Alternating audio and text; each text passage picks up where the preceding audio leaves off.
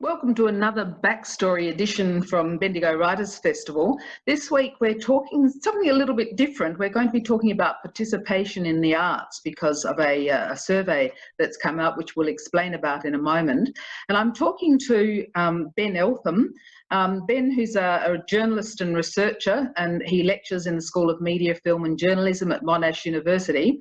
And Ben's has been writing, I think I should use the continuous present, is writing a book on arts in Australia, which of course now probably needs several new chapters because of the recent changes, some of which we're going to talk about today.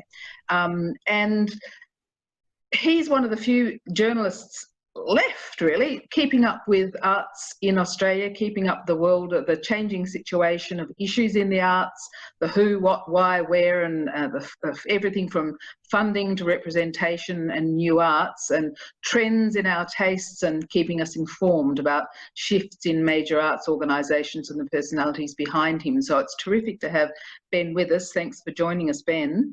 We've also got David Hughes to join our conversation.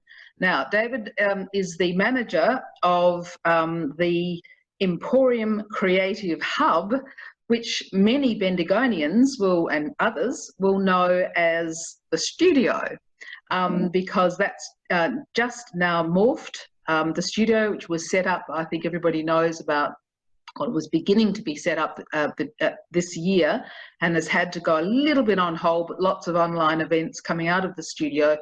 Now the Emporium Creative Hub, which offers a range of business development programs and designed specifically for creative industries. So it's a really good place to keep up to date with other people who are doing good things and business development. It's a part of being developed by ACME.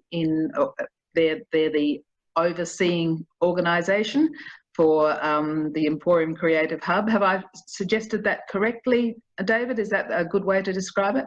Absolutely. ACME are managing the project for Creative Victoria. Excellent. Thank you for joining us today.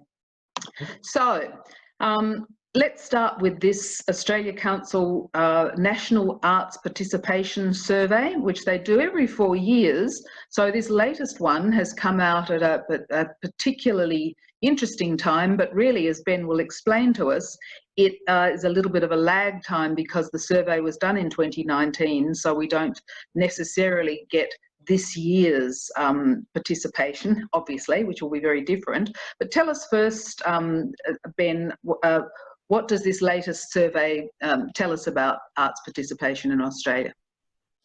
Well, it's a good news story, really, Rosemary. I mean, what it tells us basically is that Australians are really very engaged with the arts and culture. They're extremely participatory. A lot of us are listening to music, we're reading books, we're consuming culture, but we're also making culture at home. So we're participating in it by being creative, you know, whether that be playing an instrument, whether that be you know, other forms of creativity, the visual arts, for example. Lots and lots of us are involved in the visual arts and crafts in our everyday lives. People are making theatre, you know, people are doing all sorts of really interesting creative things. And the top level stats tell us that, you know, that really the majority of Australians are highly engaged with the arts and that we really value it, that it's really important to us as human beings.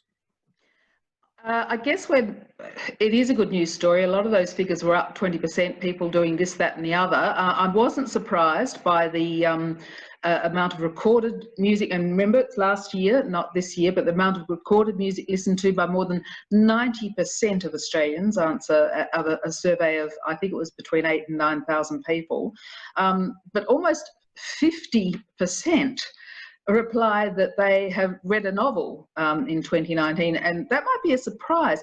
What did you think of the number? I'll ask you too, David, but Ben, what did you think of the participation numbers? What was your reaction to those?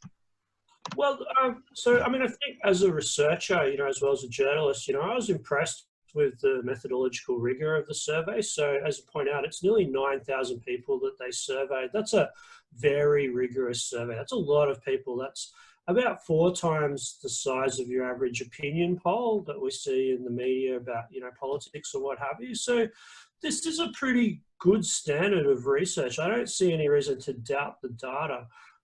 And so if this is what the data is saying, then I kind of believe it. And certainly there's some really interesting data when you drill down into it about the sort of particularities of what sorts of things that we're reading, listening, watching, experiencing. You're right to mention the numbers are up on 3 years ago. So the last one that they did was in 2016. And that was pretty good data as well. But pretty much all of the figures are increased on those last figures from 2016. So more people are reading, more people are attending live events. There's a really strong figure around live attendance, the performing arts. Something like 2/5 of all Australians had gone to a festival in a year of the survey. Nearly half of all Australians had been to a music performance of some type, chiefly contemporary music, but across the board. 37% of Australians had gone to or participated in a visual arts and craft event. Even if you look at literature, attendance at literary events and writers' festivals was up as well. So this is showing a really rich and engaged experience, a really, a positive experience for a lot of Australians. It shows that the arts and culture is really important to us, and that we love it, basically. Yeah, we see a lot of different values in it, which we'll come to in a minute. David, what did you think of the methodology and the results, the general results of this survey? Yeah, well, I was impressed with the significant increase in the engagement that's obviously being measured across the last 3 years. I haven't had the chance to really delve deeply into the report and try to draw some conclusions from that. But I think what really stood out to me from looking at those figures is that we do need to pay attention to this, and that there is a significant argument to be made for the value of creativity in the arts and culture within Australian society and economy more broadly.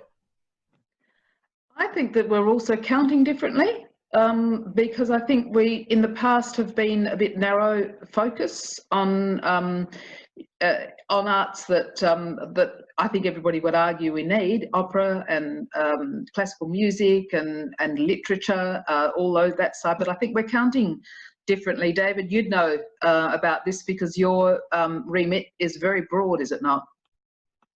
Well, it is. We are here for the creative industries. So creative industries, as we all know, is a broad definition and includes all practices, whether it's performing arts, visual arts, music, writing, architecture, things like that. Design-based creative industries are all included in the kind of people that we support. But I think it's an interesting point that you raise about how we are measuring it. I mean, one of the things that I did notice from this report is an example of creating TikTok videos, for example, was an example of how we are creating ourselves. And I think, by broadening that definition of what creativity is going to have an impact. And the flip side of that, I suppose, is access to be able to be creative also is, you just think about smartphones now. And if we're going to talk about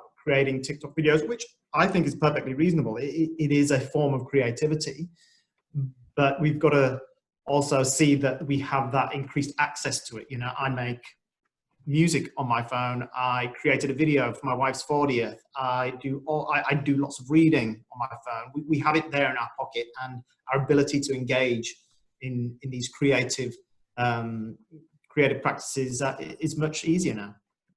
I'm a very old-fashioned thinker about this, because I still think about how do we qualify a lot of these things, and I'm wondering if there's a trickle-up effect as well. We used to think of a trickle-down effect, so you get a beautiful book or a beautiful piano recital, people will want to play the piano, but do we have a trickle-up effect? All these people doing TikTok, some of which are really funny and entertaining. Is there a trickle-up effect, do you think, Ben? So I don't know if the data really allows us to say that, because you can't really, you can only see correlation there, you can't really see causation. But what you can say is that participation is up. So whatever the cause of that higher participation, it is up. And so more of us are participating in art and culture. And it's not just digital, you know, like it's absolutely live, it's absolutely in person, and it's also including for traditional art forms as well. You know, things like dance, things like community art, for example, art made in community settings, that's up as well. So it's across the board. I don't think you can slate it home merely to an increase in digital engagement. It seems to be broader than that, actually. Yeah, good point. I might just make a comment there, because I agree with that, absolutely. My comment does relate to digital engagement again, though, because I do wonder if people are coming back to kind of live performances and more tangible creative experiences as an escape from kind of the barrage of social media and the very, you know, superficial kind of interaction that you get through that. There seems to be a constant pressure on us to always be on, if you like. And I wonder if it's a bit of a revolt against that. Yeah, that's a very good point, and brings us into this year, of course, because I sense across the board now a real thirst for getting back and elbowing the person to the, you know, to get the first ticket or to get to the signing table and stuff. I think it will increase our pleasure in real events. Do you think so, Ben? Sorry, you're both nodding and I'm not really addressing either of you. Does that make sense, Ben? Well, I live in inner city Melbourne, Rosemary, so I can tell you it's been a long, hard lockdown. I would love to get out and see some performing arts. That doesn't seem like it's going to be happening anytime soon, right where I live. Yeah, look, I mean, I think one of the interesting things about this data is that it shows us how healthy things were before COVID. And I think, well, on the one hand, that's fantastic. On the other hand, it does also show, as Wendy Ware from the Australia Council pointed out to me in my interview with her for the article I wrote for The Guardian, you know, it sort of shows us what potentially is at stake here as well, what we stand potentially to lose. And that's a real concern, I think, because we know that the arts and entertainment industries have been pretty much the hardest hit of any industry by the coronavirus recession. You know, we've seen devastating unemployment in this sector. We've seen many arts organisations struggle to keep the doors open or simply close up. You know, we've seen a major performing arts centre in Sydney actually go into receivership. So there's some pretty significant problems now because of the recession. And I think it is an open question to what degree or how healthy this sector will be coming out of the pandemic. Yes, and that goes back to my idea, which I know you both were smiling at, and maybe I'll have to do a little bit of work on this. But the trickle up effect, you know, if there's nothing up here, there's nothing to trickle to.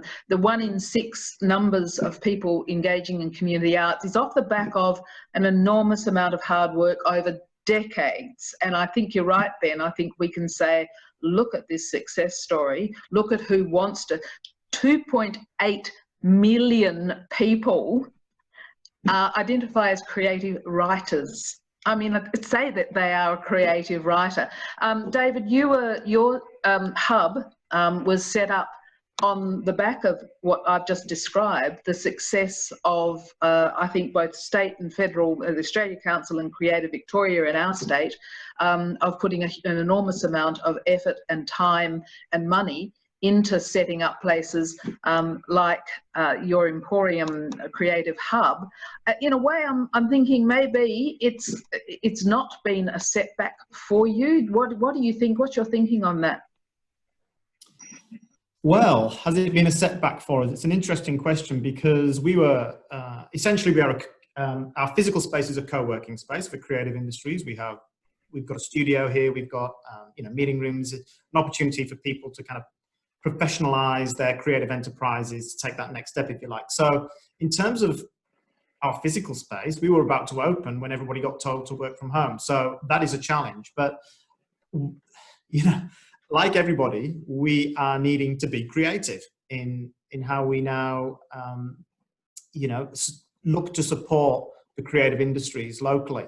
And, you know, we're doing a lot of things online, which is what lots of people are doing. It's kind of the natural way to go now. We're probably very fortunate that we have the opportunity to do that, really. So I think, and that's reflected in conversations I have with kind of local creative entrepreneurs, if you like, because those are the kind of people that I speak to, entrepreneurial types, and they are by their nature resilient and optimistic and creative. And, you know, nobody likes this, but everybody is being really, not everybody, but a lot of people are being really creative in the way that they're responding to this. And it is creating new ways of getting your message, getting your product, your service, or increasing your engagement.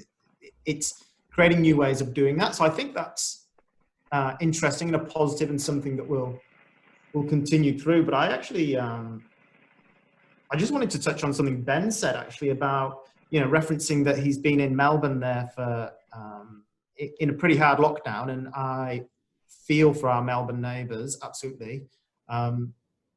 In Bendigo, we haven't been doing it half as hard, and I'm completely over it. So I do feel for our neighbours down in Melbourne. But talking about, we were talking about live performances, and this survey was done before COVID-19, and there was an increase in live performances. And Rosemary, how we can't wait to get back out there and be a part of those live performances. I think, you know, this report talks about well-being and connectivity as part of the report, and I think what it really shows is that it's really important that the creative industries, the arts, and the cultural institutions are there on the other side of this, so that when people do come out of, when we can come out of the lockdown and we're desperate to get into these spaces, that they're actually there for us to do that and for us to experience.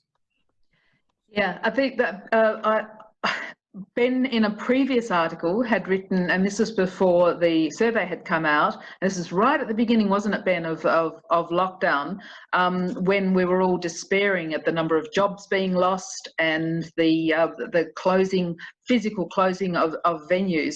And you spoke about the way we have reports on, we have information about arts and creativity do help children develop in their, you know, their brains, their capacity at an important time. And not just that, it helps us with our well-being, it helps us with our mental health, which is a huge question now.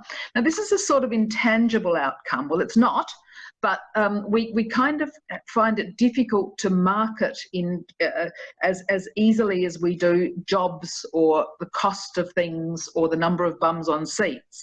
So it's a little bit difficult to quantify, even if and even to qualify, because we talk about it with you know, with lots of adjectives.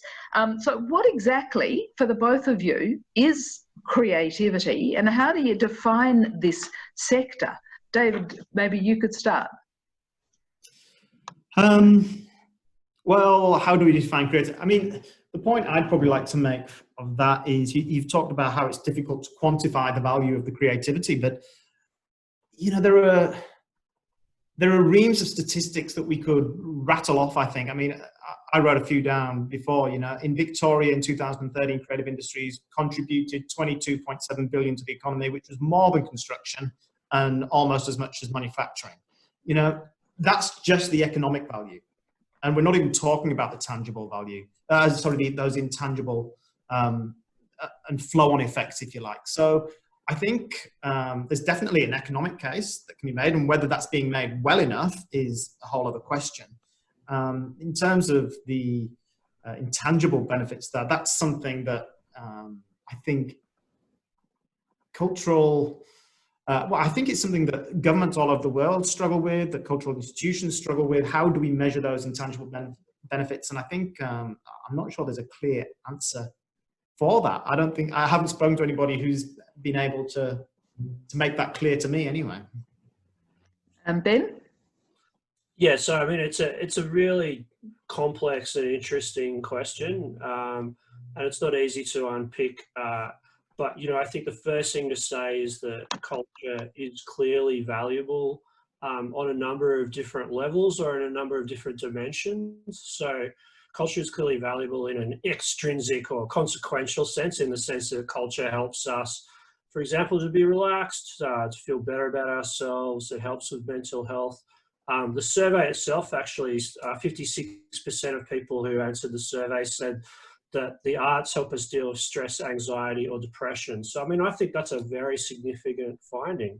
But I think we also can't lose track of the fact that culture has a value in and of itself. So, culture is not just important because it, you know, helps children get better at mathematics, or because it's an important part of our economy, both of which I believe are true. But culture has an intrinsic value. It's valuable in and of itself in its own terms. And I think we need to hold on to that intrinsic culture, that intrinsic value, because that's a key part of what makes the arts and culture special. It's what it is ultimately that a lot of people really, really love about this stuff, is the unique kind of creativity, the expression, the beauty, if you like. Not just the beauty, sometimes the terror and sometimes the discomfort that really original, interesting art and culture can give us. So I think it's a more complex question than simply saying, you know, art makes us less depressed and that's why we should give funding to artists. You know, I think it's actually, there's a multi-dimensional value proposition here. And that this survey gives us some hard data around that, and that's really positive. But we should continue to advocate for art in its own terms as well. Yeah, I think what, listening to you, I'm hearing that, you know, why not use these I mean, to be a whole person, you need these things. You need a cultural, artistic, creative experience, because otherwise it's as though you're not using one of your arm, you know, an arm. You're kind of cutting off your nose to spite your face or something. You're not using everything that makes you human. And I can think of dozens of books which just make me feel like a better person, a more of a person and a more able person, which I think is you know, it's difficult just to turn to a politician and say, you'd be nicer if you if you read this book, but you know, maybe that's what we should be saying. You'd be, look, try this because it might stop you being whatever you're being. One of the things that happened in the survey as well, so let's just turn back that for a minute, was that most people, there was a big increase in correspondence that the respondents that agreed that artists should have freedom of expression. Now, this is a really important topic right now, because we're going through all kinds of things, the cancel culture question. What does that mean? How do you shut people up? Who has the right to speak? A year ago, people was up 15 points. 76% of people said that that artists should have freedom of expression. Why do you think that's increased, Ben? Well, that's a very hard question to answer, and I try not to speculate on that. But I'll go on.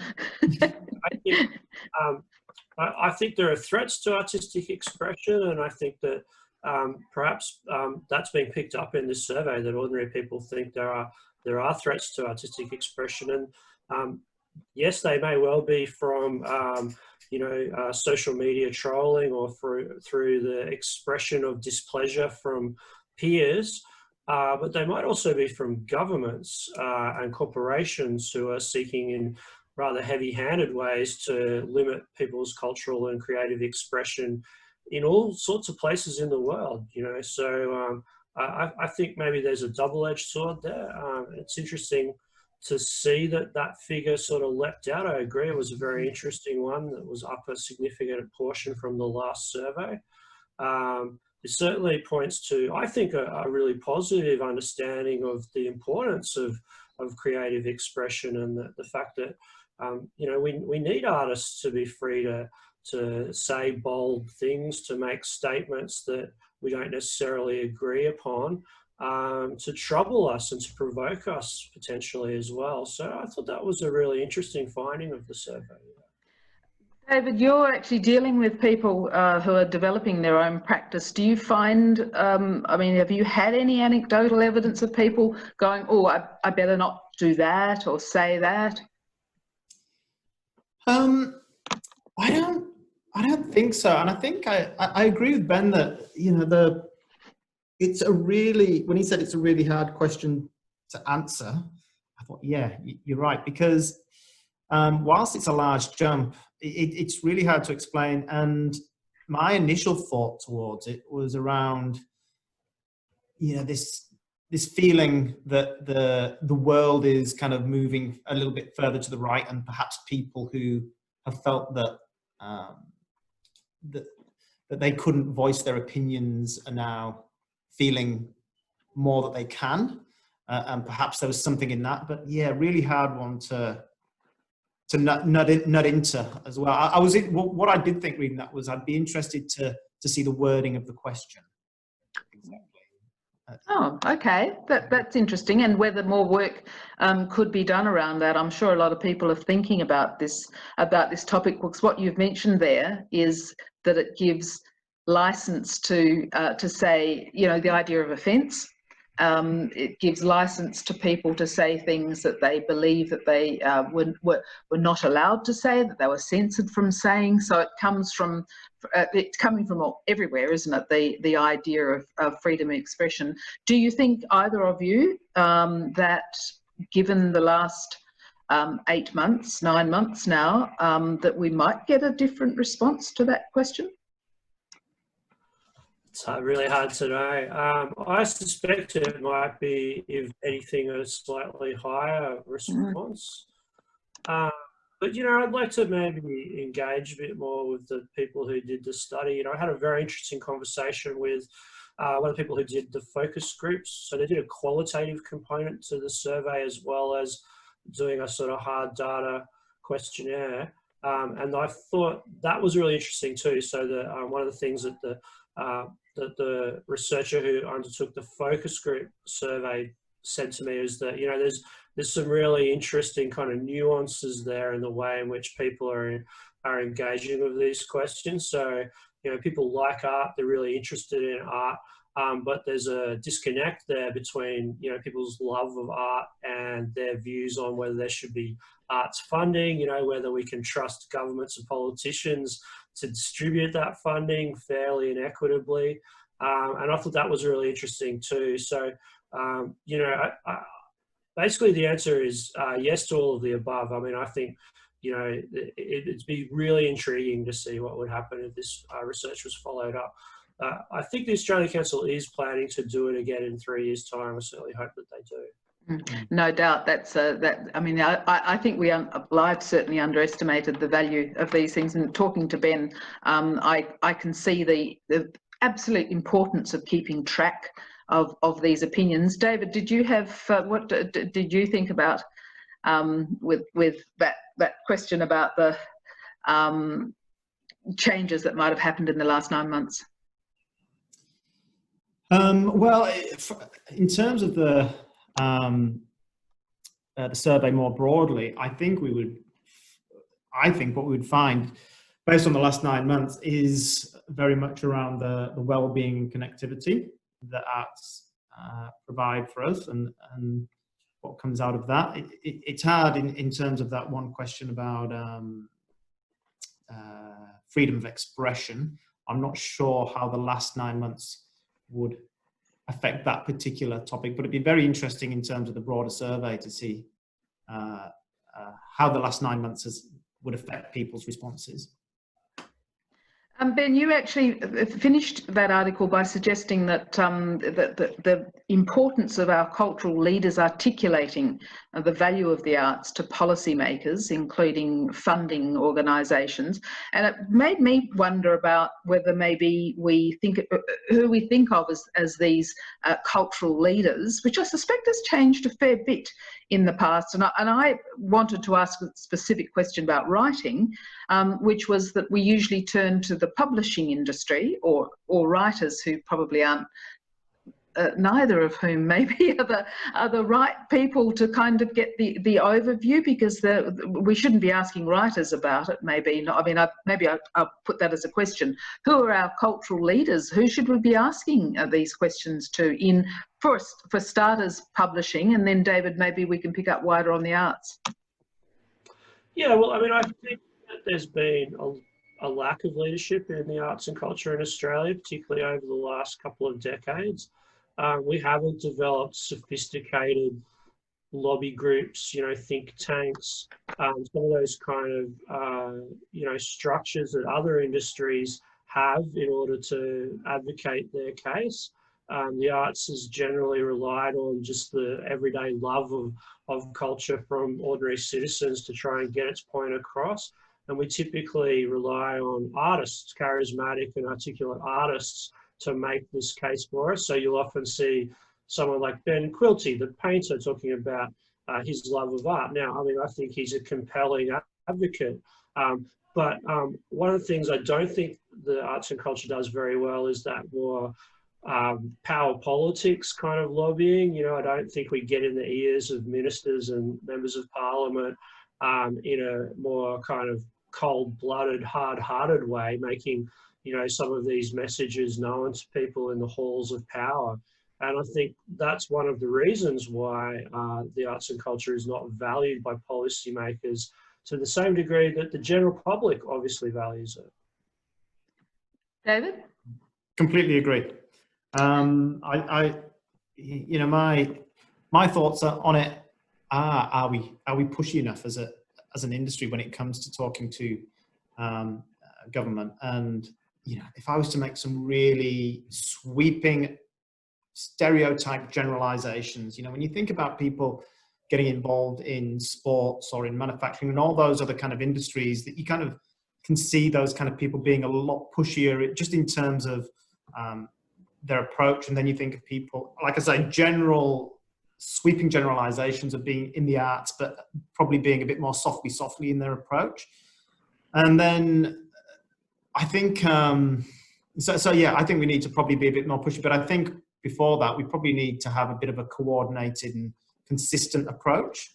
And because the creative industries obviously does cover so many different micro industries, if you like, trying to bring all of that together in a consistent way would be useful.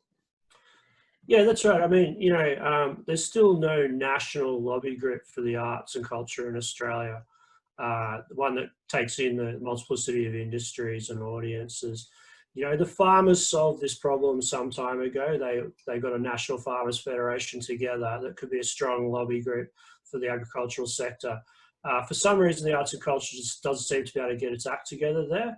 And I think that's a major problem, and that's one of the reasons why it's still not taken seriously, either in its economic weight, but more importantly in its cultural and social importance. Has anybody tried, Ben, that I mean, I know there's been different national organisations, and I know there's been a kind of an Australia Council, a subsidiary, a business lobby beside it. I can remember an enormous event at the race course down here that was to introduce business to, and they had sort of, people dancing at the doors and stuff back when I was a journalist. And that's probably the point that I would make, because we're losing our journalists in the art industry, in arts and culture. We're losing the network, we're losing the joining people, perhaps. Well, there's no doubt that the arts has been hammered in terms of the changes that have happened in our media sector over the last decade, and probably longer than that, actually. There's very few working arts journalists left, and to add insult to injury, not only are we losing for-profit commercial journalists, the ABC has just laid off its most prominent arts journalist, Michaela Boland, as well. So there is a lack of coverage of the sector in the media, but it's bigger than that. It's a political failure. It's a failure of the sector to unify around a spokesperson or spokespeople, and then to advocate for its value.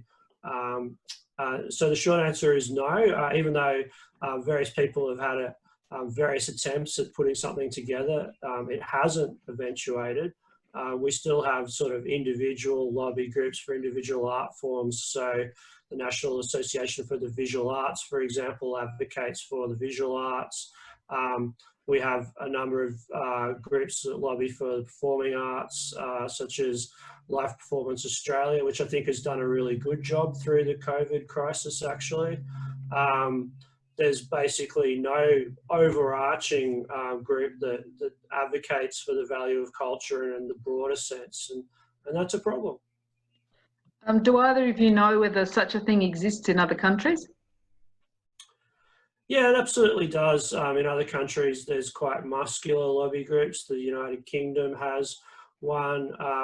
The United States, despite the very difficult political environment there, has a group called Americans for the Arts that does a very good job of at least advocating for the value of the arts in the United States.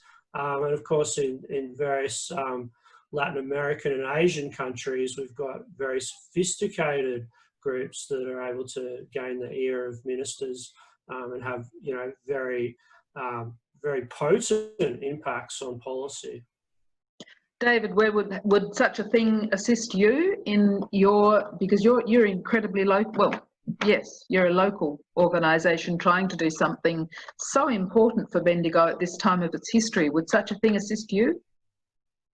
I think undoubtedly something like that. Something like that would assist the entire industry, and from that, obviously, we would benefit from those things. I think one of the things, talking about the how the media kind of structure has been affected over the last 10 years and the impact that's been had, I often think to myself, when you're watching the news or listening to the news, there's always a section on sports. Wouldn't it be wonderful if we could have a section in the news that talked about the arts or something like that, instead of, not that I have anything against the sports, I like sport, but wouldn't it be wonderful to have that kind of thing? And then, to get that kind of news come through, you often have to rely on what people probably perceive to be the less popular kind of channels, I suppose, going to the ABC or through to SBS or whatever it might be, and not coming through those. And then the step on from that is that it's perceived to be in some way something that's for the middle classes and is supported through philanthropic, rich, and organisations and things. I think I'm starting to ramble a little bit here. No, you're not. It's exactly right, because I'm chuckling because I can remember. You remember, Ben, when we used to get Kerry O'Brien talking to an author at the end of, and we go, oh my goodness, he's just talking to an author. How good is this? And I think we don't do it much anymore, except when somebody does something really bad, and then we're onto it. If we can get a story up that says somebody's run off with the money, or somebody's, I don't know, has put something naughty on a wall, then we're onto it. And I do think we need to talk more to those people who are creating those programs, because they're, I was about to say stupid. But yeah, that's part of the job, I think, that, Ben, we were talking about with the role of the journalist to advocate, but they can only do so much. If the paper doesn't get it, or the news outlet doesn't get it, if the people in there haven't been shown these survey results and push their nose to the paper, then they're going to go exactly what David was saying. Oh, it's probably elitist and not for me. That's not a question. Have either of you have got anything to say there? Well, I've got plenty to say. The one thing to point out, though, is that the problems of the media are very large and very deep, and they're absolutely bigger than simply an inability to cover the arts. We've lost all sorts of depth and all sorts of diversity in our media coverage, our news media reporting, because of the destruction of the business model of the commercial media, largely over the last 15 years by the internet.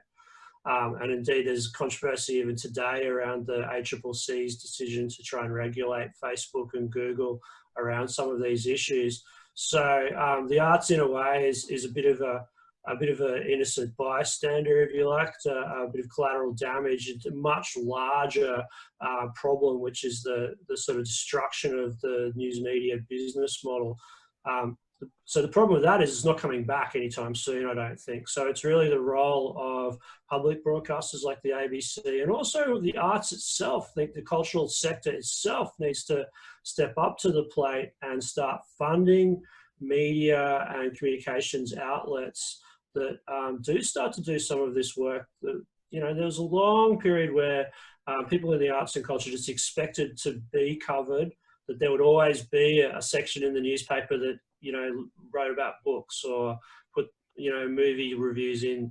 Well, those times are gone now. What is the arts going to do to respond to that challenge? There hasn't been much of a response either from industry or from policymakers either. So that's another aspect, I think, of some of the policy dilemmas that the sector faces.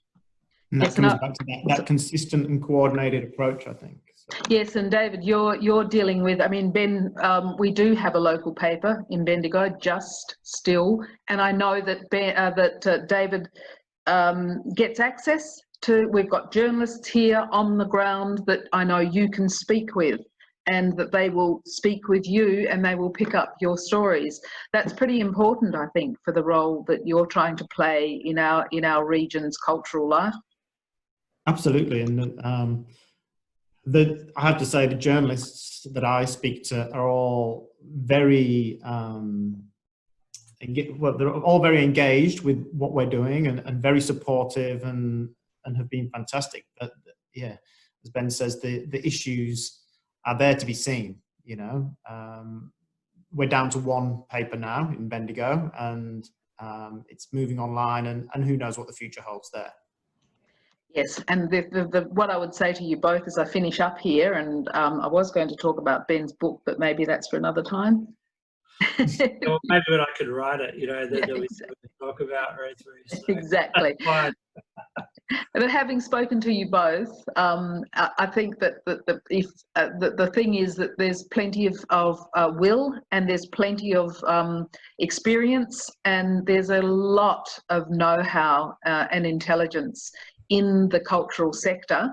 So maybe that's what we just keep having to come together like we've come today, with all our skill and experience and intellectual power. You know what I mean? With that, combining our experience, and as Ben says, I think people are stepping up. I think there are all sorts of interesting things happening, and maybe as a result of COVID, that we've found some resources that we didn't know we had. Maybe it will inspire us to do more in that area. Yeah, I hope so. I think it's also, it's about people stepping up and making it a political issue as well. It was really because of public pressure during the recession and during the lockdown that the Morrison government finally found $250 million in rescue funding for the cultural industries after leaving the arts and culture completely out of its initial response altogether. Indeed, in preventing many artists and cultural workers from getting JobKeeper. So there was a bit of a rally and a bit of a mobilisation, and the Morrison government was forced eventually to come to the table, and they did announce a relatively small but still significant amount of stimulus for the cultural sector. And that's because people made it a political issue. So I think that shows that, this is not set in stone. It's not immutable. It's not, going to be like this forever. It's the result of, the balance of forces within our democracy. So if we can mount better arguments, lobby, work hard, and convince people, we can shift the dial. So I think there's actually some cause for cautious optimism, as well as having a realistic perspective on what's going on here. Cautious optimism, David? Oh, absolutely. And just reflecting on one of the things that you said there, Rosemary, around I think there's a lot of people within creative industries, within the arts, who are finding new ways to connect and engage through this time. And the hope is that through that, like you say, we have relationships, and we have movements that survive post-COVID. Yeah. And not just survive, but flourish. Look, thank you to you both. I'd like to follow up sometime down the track as well as we go on. So I'm hoping that to get access to the both of you sometime as you continue to monitor, as long as Ben doesn't lose his job. Well, we went to university, so that is absolutely on the cards. Meantime, many thanks to all of you, to both of you, and good luck in the next few months with coming out the other end of this extraordinary time. Thank you, Ben Eltham. Thank you, David Hughes. Thanks, David.